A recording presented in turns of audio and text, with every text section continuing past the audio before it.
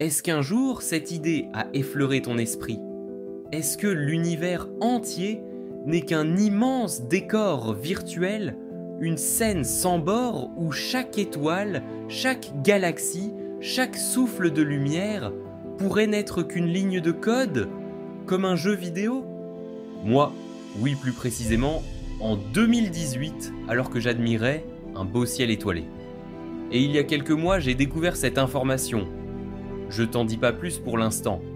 Et nous partons à la découverte de la simulation Hypothesis 2.0 à travers les expériences les plus récentes, les débats les plus foisonnants et les réflexions les plus vertigineuses.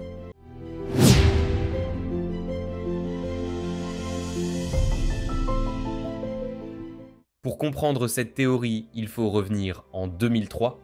Un philosophe suédois nommé Nick Bostrom s'interroge: et si je pouvais coder un univers entier? Il publie dans Philosophical Quarterly un article devenu légendaire où il introduit un trilemme saisissant. Scénario 1. La civilisation s'éteint avant d'atteindre la puissance de calcul nécessaire pour simuler un cosmos. Scénario 2. Même dotée de cette puissance, elle choisit, par éthique ou crainte, de ne jamais lancer la moindre simulation. Scénario 3. Le plus sidérant. Elle crée d'innombrables simulations, et alors, il est fort probable que nous vivions déjà dans l'une d'elles. Pense à un dé, lancé une seule fois, la chance d'obtenir un 6 est faible. Mais lancé 1 million de fois, cette probabilité devient quasi certaine. Ici, des milliards de simulations possibles l'emportent sur une seule réalité originelle. Sommes-nous les créateurs ou les créatures? Laisse cette question infuser dans ton esprit, car elle sera le fil rouge de notre périple.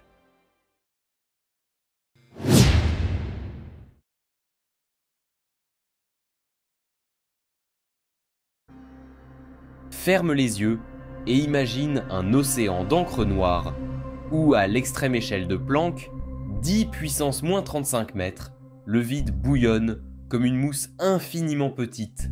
Chaque bulle naît, vit une fraction de seconde, puis disparaît. On appelle cela vacances quantiques. En 2024, l'équipe de Abay-Ashtekar a braqué le télescope Fermi sur des sursauts gamma venus des confins de l'univers. Il cherchait un bruit quantique, un léger étalement des temps d'arrivée des photons, signature d'un maillage numérique de l'espace-temps. Et jusqu'à l'échelle de Bredix à la puissance moins 20 km. Conclusion. Si l'espace était fait de pixels, leurs dimensions sont bien plus petites que tout ce que nous pouvons imaginer. Visualise une immense toile de peintre. Si elle était pixelisée, chaque point serait un carré infime. Pourtant, nos microscopes cosmiques montrent un flou parfait, sans la plus petite couture. Si l'on ne voit pas de pixels, c'est soit qu'il n'y en a pas, soit qu'ils sont invisibles à nos yeux.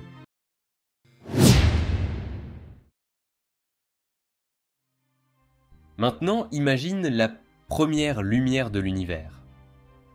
Figée dans une carte tour à tour rouge, orange et bleu. C'est le fond diffus cosmologique, ou CMB. À sa surface, on détecte deux curiosités intrigantes.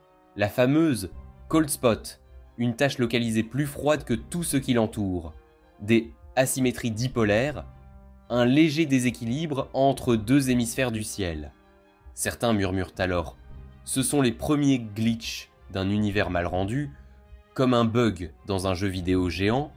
En 2023, John D. Barrow et ses collègues ont examiné ces anomalies sous l'angle de la théorie des cordes, cherchant des correspondances entre taches froides et vagues gravitationnelles primordiales.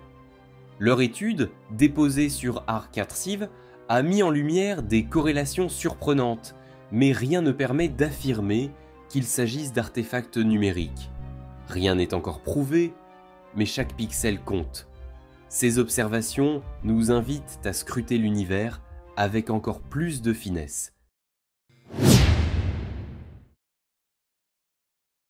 Et si l'on recréait un trou noir dans un verre? À l'université de Chicago, en 2022, on a créé un trou noir acoustique dans un condensate de Bose-Einstein, observant un analogue du rayonnement de Hawking, un souffle thermique sorti d'un nuage de fluide.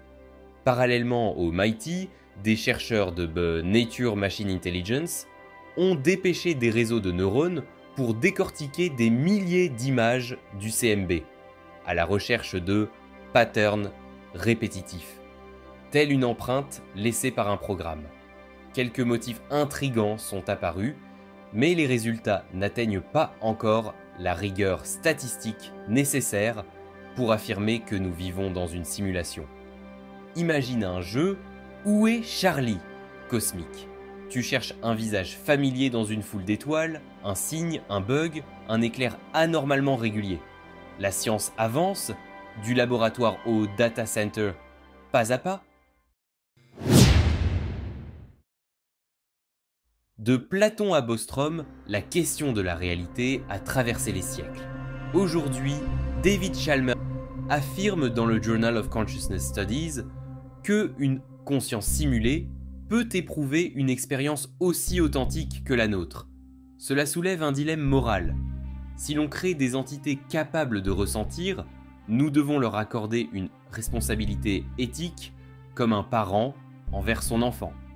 Qu'en est-il de notre libre arbitre ? Sommes-nous de simples variables dans un code trop complexe pour être compris ? Chaque ligne de code, chaque algorithme devient alors un geste à portée cosmique.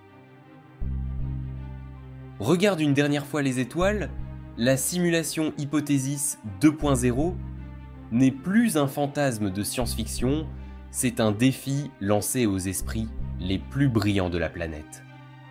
Étoile, si tu détectais un glitch cosmique, comment réagirais-tu ? Partage ta vision en commentaire, like ça pour soutenir la quête, et abonne-toi pour ne pas manquer la suite de nos explorations. Le prochain mystère de l'univers n'attend que toi.